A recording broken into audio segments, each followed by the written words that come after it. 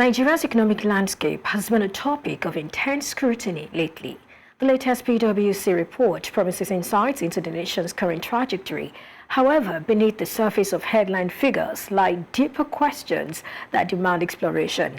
Today, we embark on a critical examination of this report by unpacking the report's data and fostering discussion.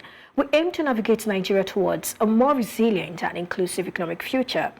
Joining me for this is Collins Okeke, financial analyst and public commentator. Thank you, Collins, for joining me today. Good morning, Dr. Petra. It's a pleasure to be on the show this morning. Absolutely, as always. Now, let's begin by maybe having you talk about what you make of the PwC report on the economy. Thank you for that. When I saw the report, carried by blogs, there were, comments, especially on social media, that, the PwC may have been greased or paid off. But let me point out that I find that hard to believe because the PwC is a global brand. And if you remember, just a few years ago, members of the Big Four and other consulting firms, globally, were being fined by governments around the world for issues with falsified audit reporting and other reporting issues.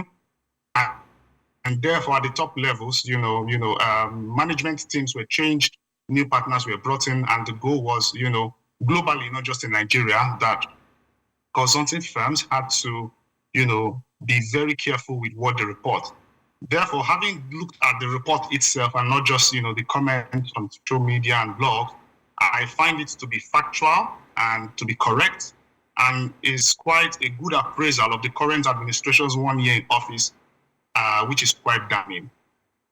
All right, just so we're clear, let's take a look at the macroeconomic dashboard as presented by PwC. I want to sort of break everything down and say what they mean. If we can have the macroeconomic dashboard put up there just as PwC presented it, where we have the GDP numbers, we have a lot of the numbers being displayed. So this is the one that talks about the GDP growth rate, exchange rate, the official, the parallel, market capitalization. Maybe we'll begin by looking at this. We see that in Q1 2024, we had 2.98% growth, while in Q1 2023, 2.31% growth. I mean, a lot of persons have run with this to say, oh, come on, there is, it's better, sort of. And looking at all of this, let me get your thoughts on this. And if we can also have the second one, because it's a two-page dashboard. Oil production, 1.25 million barrels per day. And then the previous one being 1.19 million barrels per day, looking at the percentage change there. We also have forex reserves. We have all of these things, inflation, monetary policy rate, and all of that.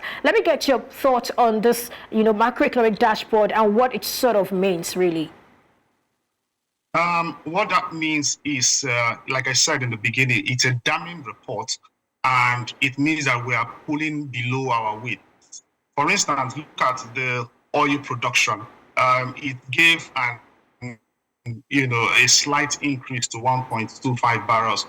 But Nigeria should actually be doing about 1.9 to 2 million barrels. So that means that we have lost revenues in oil production already. And this is a challenge for us. If we remember back that there was an official of the NNPC, if I remember correctly, that said that the country was losing about 300,000 barrels of oil per day to oil theft. This is quite a significant loss to the Nigerian treasury and things that would have been used, in infrastructural development and other things. Additionally, the increases in the exchange rates means that is what we are seeing today with Nigeria is, on a larger side, an importing economy. And as a result of that increase, more than 100% increase from what it was, if we go back to that dashboard where we saw it at 446 to almost 1,400. What does that mean for the final consumer? It means that the extra cost of importing a household item is obviously going to pass to the consumer via what they bought it when it was at 416%. The FX reserve, it says, it's just been increased, to just 32 by 3 billion. But what I would like to even point out is beyond this dashboard, if you look at the report itself, if you go down just a bit, you will see that public debts increased by 144%. Where such that, our debt increased from 49 trillion in Q1 to almost 121 trillion. And that is about, give or take, using a 1,500 exchange rate, that's about $81 billion. So if you are saying that we have $32 billion in reserve, but we have an outstanding debt as a country of $81 billion, do we really have money? We don't. If you are an individual and you have such, no bank is going to ever loan you money or give you a credit card where your liabilities, your debt is higher than your savings. Additionally, the report also pointed out that, capital importation increased by 6%, which is quite misleading because it said at Q2 of 23, capital import was $1 billion, and then by Q4, it was $1.1 billion. This is an indictment on Nigeria, such that foreign direct investment, and mind you, if you look at that report, the foreign direct was not actually foreign direct investment, but other investment. I speculate that it would be, institutions and individuals abroad who are taking advantage of the high interest rate being offered in treasury bills that decided to, import it. Let me come in there. Talking about that, I think PwC also tried to explain, and you would see that the bulk of that comes from FPIs, and they talked about how that this is from the capital market. Even the FDIs, I was even shocked to see that a good number of that also, according to the report, is from the equities market. So at the end of the day, I mean, exactly. That's what we're saying. Exactly, that's the point. The kind of foreign direct investment we're looking for is not such capital inflow that is being reported.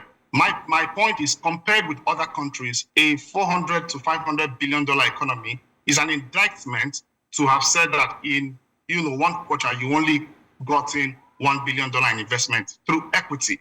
No, we're supposed to be seeing foreign direct investment in manufacturing, in production, in other sectors, even in agriculture, rather than just people trying to take advantage of a high, interest rates in the treasury bills and things like that. There was this commentary I had from a friend back where I ran, and he was saying, at Goldman Sachs and other banks in the US and the UK, they were jubilating, because for a little amount of pound sterling and dollars, obviously they can buy a high, more treasury bills that in future, obviously they're going to sell, and when they change back, it will give them an increase. So all of this, like the PwC has reported, like I said, is damning the Nigerian economy itself, and it shows, what is happening at the moment. The report also, and like I said, PwC is not wrong. They reported what it is, but it is the interpretation and the analysis that we then need to focus, which we are doing now, that shows the true nature of things. Absolutely. Let me come in here. Yeah. Okay, now let's talk about the GDP, because I saw a lot of blogs talking about the capital inflows, talking about the GDP and all of that, and I feel it's important we sort of address those things, interrogate those things, so we're sure we're saying the right things. Now, how impressive is a GDP growth of 2.98%? And then, the folly is that the comparison is with Q1 2023, but when you compare to Q4 2023, Q4 2023 was 3.46%. So what happened in the space of a quarter? So in an environment where production is stifled, businesses cannot grow because of elevated interest rates, which some persons are taking advantage of.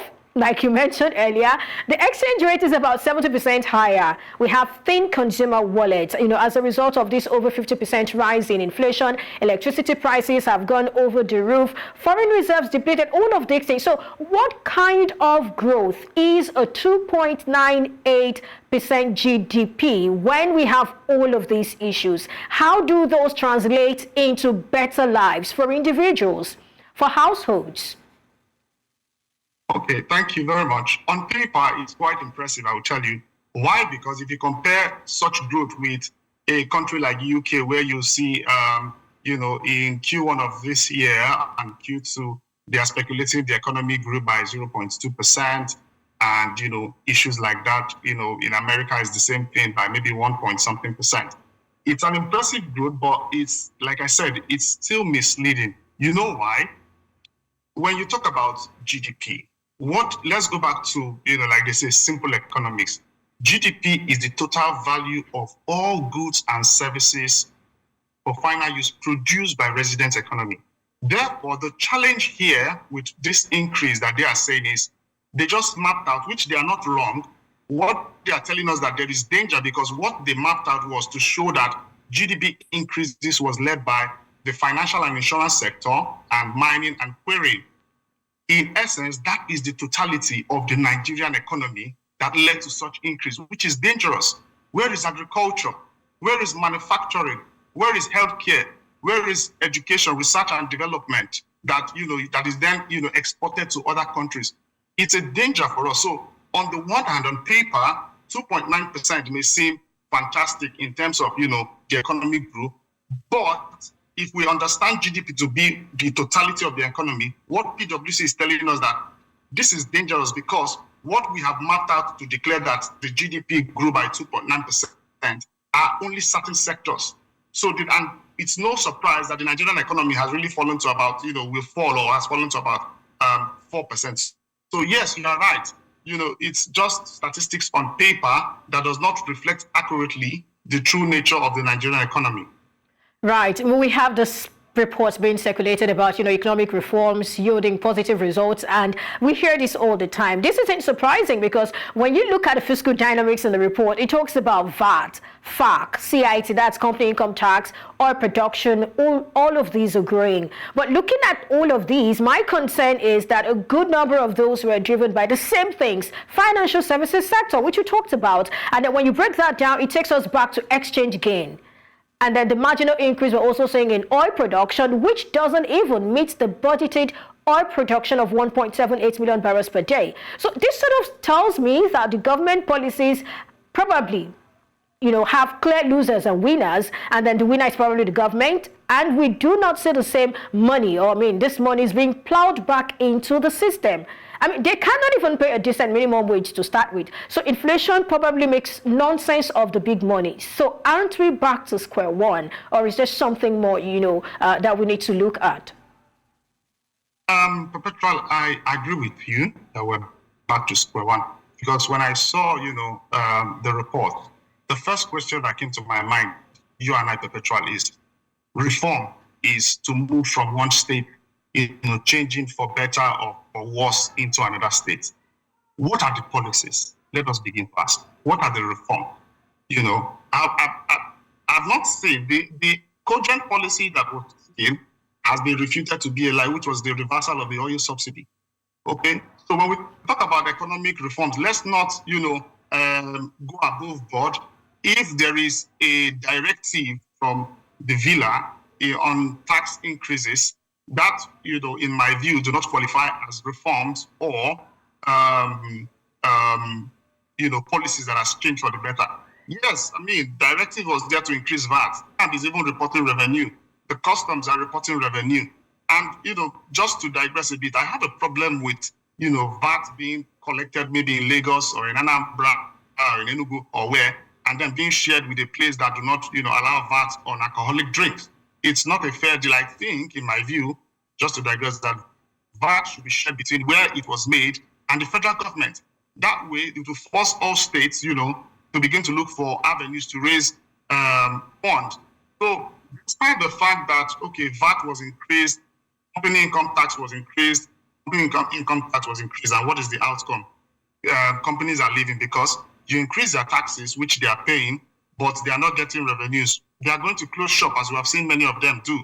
And VAT increases are being shared, FACC allocations has been increased, but the value of money has also decreased. So even if FAC allocation increased, the real value of money has decreased, such that if previously 100 billion could, do or build a bridge, possibly now it probably cannot. All right. So in real terms, those things are all misleading because one, we do not see which reforms are going through. The VAT increases are stifling the economy because they are passed to the final consumer. Company income taxes are stifling because companies are closing shop. So these reforms are clearly not working. All right, colleagues, we need to take a break now. When we come back, we'll continue the conversation. Thank you. Oh.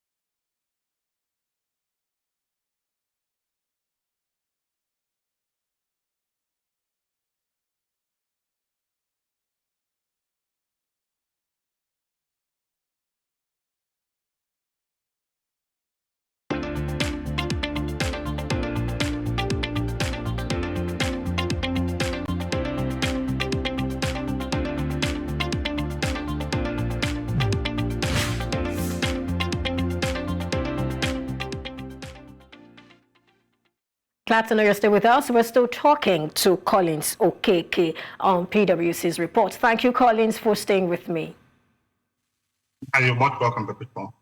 Okay, so before we went on that timeout, we were sort of talking about the pressure points and how they were probably affecting the reforms and all of that. Now, these pressure points continue to weigh on the expected reform outcomes, with even analysts asserting that the impact of pressure points on businesses may lead to a decrease in reinvestment and or corporate exits from the industry. And you've already talked about these things, and these things are already happening. We hear about multinationals quitting, the smaller companies, maybe because we do not have enough data and they don't have the size and the clout. We don't even know how many of them have quit. So how do we halt this trend, really? Because it's very important. It's not enough to talk about the numbers, which you also alluded to, while we have the real sector really suffering, businesses suffering, people becoming poorer. One of the fundamental problems of economic development in Nigeria and in Africa, in my view, is because it's not hinged on any economic ideology. It's as if it's a slap and paste, copy and paste, try and error. In the long term, to stem this tide, long term first, we need a new economic approach. And I would suggest economic federalism. I strongly believe, having looked at economic system around the world, that, capitalism may have its flaws, but it can be tweaked to every nation's internal uniqueness, like China did. China can say they're communist, but, they tweaked, after Mao died, they said it does not matter if the cat is white or black, as far as it catches the mice. In essence, it does not matter whatever we call the economic system, whether communism, but we'll look at the best way. And of course, China went the way of capitalism, as we know, but called it something else. In the long term, economic federalism would help Nigeria a lot to stem this tide. But in the short term, Nigeria needs to stop. If we determine that oil is the focus of our economy, just like Saudi Arabia, UAE, and the Abu Dhabis and Kuwait, then we need to stop oil theft. We need to rearrange that oil and gas sector such that it's a cogent revenue earner for the country. And when that happens, we are able to use such funds for government to fix electricity and infrastructure. Okay? If you are a private individual, for instance, there's this particularly book by Mazzucato, with regards to how to look at a country. Look at a country from an individual perspective, and you're a business and you find that, people are not, buying from you, your customers are leaving. And then you ask yourself, what are those things that I need to do to be able to attract customers, stop my other customers from leaving? Do I need to improve the quality of my goods? Do I need to do A, B, C, and D? So for me, I believe in an approach of less government, more private sector. The role of government is to provide that enabling environment for investments to thrive. So it means... Okay, Collins, so just we're not doing the same thing, What is this enabling environment, really? Let's spell it out. Okay, so an enabling environment is where you provide a particularly equal opportunity for everybody. So what is an enabling environment? For instance, Perpetua, you are a farmer. I am a buyer in Lagos. You're a farmer in Kaduna. You have farmed tomatoes, right? And you want to send your tomatoes to Lagos, but the roads are bad, okay? Which will lead to you either increasing the price or determining that it's not worth sending that bag of tomatoes to me in Lagos. Now, I don't want to use the word stupid people. Some people might say, there should be price control so that the petrol must be forced to sell a bag of tomatoes for 15 naira so that Collins can buy. No, fix the road. If the road is fixed, Perpetua, it's demand and supply. She can easily move her tomatoes any quantity she feels like, and that is an example of an enabling environment. If I am in a sector that is power intensive, why, if I buy diesel, as expensive as it is, and I produce a product, obviously I will put the cost of that, on those products. But if there is, cogent electricity, via, and I don't know why Nigeria has not up to today, built nuclear power. It may be expensive, but it's one of the, green, it passes the check mark of green. It can power cities and countries. There are I think America alone has more than 92 nuclear reactors, powering, industrialization in that country. So what I mean by creating an enabling environment is such things, things like property rights. Example, if I am a farmer, I need to know that if I farm on this, I'm not going to wake up tomorrow and I will hear that, I built a factory, the COO is fake, or, something has come up, as we can see, demolitions in Lagos. So there are vast examples to pick from. So an enabling environment is where government provides the foundations for investment, for business to thrive, and let the invisible hands, in the market work via demand and supply between buyer and seller without involving itself. That's my view with regards to how we can stop, companies leaving, because we have a 200 million population. We used to boast before now that, our population was huge. It was a huge market. But if you are poor, where, 100 million was poor, and now it's increasing to about 150 million. If you are the Alibaba or you are how many people can buy a Tesla car in Nigeria? And we want Elon Musk to come and build a Tesla factory or a gigafactory in Nigeria. Why would he do that? Where is he going to get the electricity from? He's not even going to come here. Or we hear that, data centers are being built in Ghana or in other places, and you want them to come here. Why would they do that? So there's no enabling environment to do that. And of course, they are going to be taxed. So that's what I mean by, government creating the enabling environment, the infrastructure, the nitty-gritty for business to thrive. And right. I would also add that with the massive hunger in the land, they should also open those borders for massive importations of food before, something else happens that we don't envision. All right. I see how you always go back to agriculture. It's in the blood. Well, looking ahead anyway, yeah, analysts believe interventions by CBN may cause the naira to stabilize in the long term. However, these interventions may actually become subdued in the absence of improved capital flows and export proceeds to the foreign reserves. What is your recommendation for ensuring this does not happen? I mean, simply put, how do we improve capital inflows? Yes, I always refer back to the individual. If I am a company and an investor wants to invest, most investors, if not all, look at mainly the financial statements, your income statement, your balance sheet, your cash flow, and changes in equity. But mostly the first three. The income statement, profit and loss, shows, your profits and your income and your expenditure. Your balance sheet shows your assets and your liabilities. And of course, your cash flow is an indication of the amount of money coming into the country. Now, let's take that to Nigeria. Income versus expenditure is poor. Our revenue, our expenditure every year in, year out is higher than our expenditure. Our expenditure is higher than our income, sorry. We look at the assets and we look at the liabilities. Our liabilities is way bigger than our assets, as we could see in our debt profile, and we don't even have the assets to offset. Our asset is the 32 billion we have in savings. Our liability is 81 billion if we change 440 something trillion naira into dollars. And our cash flow obviously is very poor. You as an investor cannot invest.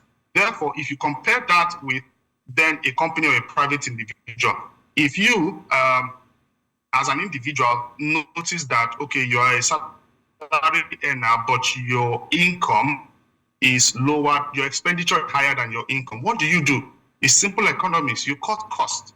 You cut the cost. Nigeria needs to cut the cost of governance, the cost of bureaucracy, stop corruption. Somebody said, if Nigeria doesn't kill corruption, corruption will kill Nigeria. And it's getting so bad. We're hearing things about budget padding of 3 trillion.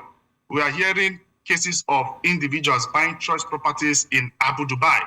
We are hearing cases of former ministers being arrested for billions of dollars. In fact, I was joking to one of the panelists on the show, Dr. Ayo, yesterday. I said, on Judgment Day, God will reserve Nigerian leaders, specially to judge, because they are not only weak, they are not only greedy, they are wicked. How, you steal to the point of, putting the bank in red. Our asset is nothing to write on about. So the ways to improve this is to cut the cost of governance. That is one of the biggest recurrent expenditure. If you look at our budget, the current expenditure is always, one of our biggest expenditure. Why is that so? Not even capital. Two, we need to increase our asset base by improving the infrastructure of the country. And this is not hard to do. I mean, if we look at the reports led by the finance, if government cannot build electricity, give it to Tono Elumelu, give it to the banks. They have money. Give it to sorry, let me not muddle the waters. There is this particular documentary about the men who built America. If government cannot do it, let private sector do it. Let diaspora that is sending money home do it. So the Lumelu tax holiday, do this road. Dangote, this one, build this or that. But the problem with even all of this is the private sector always wonder that when even government tells them to do things like what we are seeing with Dangote and the inability of NNPC to supply him with oil, thereby, how much has been sunk into that refinery. You begin, if you are a private investor, you are beginning to wonder, if government calls me to build another refinery, do I want to do that? So just to, come back to the question, we need to cut costs. We need to increase our asset base by improving on infrastructural development. We need to stop corruption. And the savings from corruption, we need to undertake a massive industrialization in Nigeria. Why? Because that would improve our cash flow. And, by the time our export is higher than our import based on the number of things that we produce internally and we export, even to other African countries, we don't even need to go to Europe. If an investor in America, you don't need to tell an investor, come and invest here. You don't need, if you're a company, right, or a bank, or you have your own firm, if you go to, in Nigeria, let's be sincere, if you go to somebody and say, come and invest, they know that something is wrong somewhere. Let the report speak well, and you will see investors line up. The Chinese did it from the 1970s. They did not call anybody, but they started developing themselves, putting things in place. Now everybody wants to, China is where to be. The Indians are coming up, the Brazilians, the Indonesians. Countries do not go and beg people to come and invest in their country. You fix the country and then sit back, and they will come crawling and begging, because capital flows moves around the world, and investors will look for where they can get the highest benefit. So how we can improve cash flow, just to summarize, like I said, is cut costs, kill corruption, increase our asset base by massive infrastructure development. If it means, cogent monitoring of loans that have been taken to build what they say they have been built, not to build a vice presidential building for 21 billion naira, when, the road that can, or the railway that can help, move goods quickly from Apapa to the hinterlands is lacking. I don't know. The vice president can be better off living in an apartment. After all, the prime minister lives at number 10. I can imagine that like a 3-bedroom. And that number 10 also contains offices, staffs, and I think the bedroom is just upstairs. If the prime minister of the UK can live in a 3-bedroom, we should look ourselves and just, live off our big manism, if I would use that word, and begin to take prudent actions to stop the trend. Because soon it might even be the oil company saying that, we are done. Goodbye, Nigeria. And then we're in dire straits. Thank you very much. That's a mouthful. That's a whole lot, really. I see how you combined about 2 or 3 things. I mean, we were talking about capital inflow, and from there you moved on to, revenue generation, debts, and all of those things. Thank you so much. So in closing, what is your outlook for H2? That's the second half of the year, looking at the GDP, fiscal sustainability, and inflation. Bearing in mind that some persons are saying that inflation would come down to about 29.5 and all of that. What do you make of all these? Well, as a Nigerian, I will say that the outlook for H2 is poor, but God will do it. We all depend on God. God will do it for us in His infinite mercy. With regards to the report, it was funny. Yes, it's possible that it will fall, but mind you, it will fall not because of any cogent necessary reforms, but rather, what is inflation? Let's even talk about more money chasing few goods. But if people do not have the money to chase even the few goods and they stop buying, obviously inflation will drop. But that does not portray that inflation dropped because there was any macro or microeconomic reforms or policy, but simply because people cannot afford to buy food. So anybody talking about inflation falling will be talking from the perspective of not any economic reform in H2, but simply because people have gotten fed up. Now, how many families can afford egg? How many families can afford bread? how many families can afford a full tuber of yam? I hear now in Lagos, they now even cut the yam. In a place like Patiji in Kwara State, I hear that, they sell flour in milk containers for 250 naira. So what that means is inflation will fall, not necessarily because people do not have money. And so that, more money chasing few goods, it will then be few money chasing few goods, thereby reducing the inflation, and not necessarily because of any reform. For fiscal sustainability, we are very far from fiscal sustainability yet at the moment, except, like I said, God will do it by some miracle, our leaders. But, they say Jesus is Lord. All others should come with data. I mean, we shouldn't say God will do it. This is economics. We're talking about data. Let's speak to data. Yes. God is a God of data too. He looks at data. He's going to do it. He looks at, the way we worship and we praise him. We have subsumed what we could be doing for ourselves and left it to the Almighty. That's why I said God will do it. But based on the data, like I said, inflation may fall, but not necessarily because, of any reform. The GDP rise, I don't see it, rising in real terms, except, of course, we look at specific economy, which will then be dangerous because the Nigerian economy, what we are saying, like I stated, was financial, insurance, mining, which is, natural resources, oil and gas, are now our economy. Should that be the case? No, that's not how an economy works. Go and look at what agriculture contributes to the Israeli economy or to the UK economy or to in fact, agriculture contributes. If China is a $15 trillion economy, agriculture add more than 1 trillion. You can see the massive investment in Israel. I think it's even more than 47 of that, because there are other outflows that can come from agriculture. Yet for Nigeria, we're saying it's just financial. God forbid we can see the challenges in the banking sector, which CBN is trying to fix. Were they caught sleeping? I don't know. It was Heritage Bank. It was First Bank. God forbid something happens to that financial sector. What next for the Nigerian? What next for the Nigerian economy? So we cannot depend on such. Right, Collins, I see that. I mean, yes. Okay. If we continue, there is a whole lot to say. But thank you so much, Collins Okeke, financial analyst and public commentator, for your thoughts on the show today. Thank you very much for having me. It was a pleasure. All right.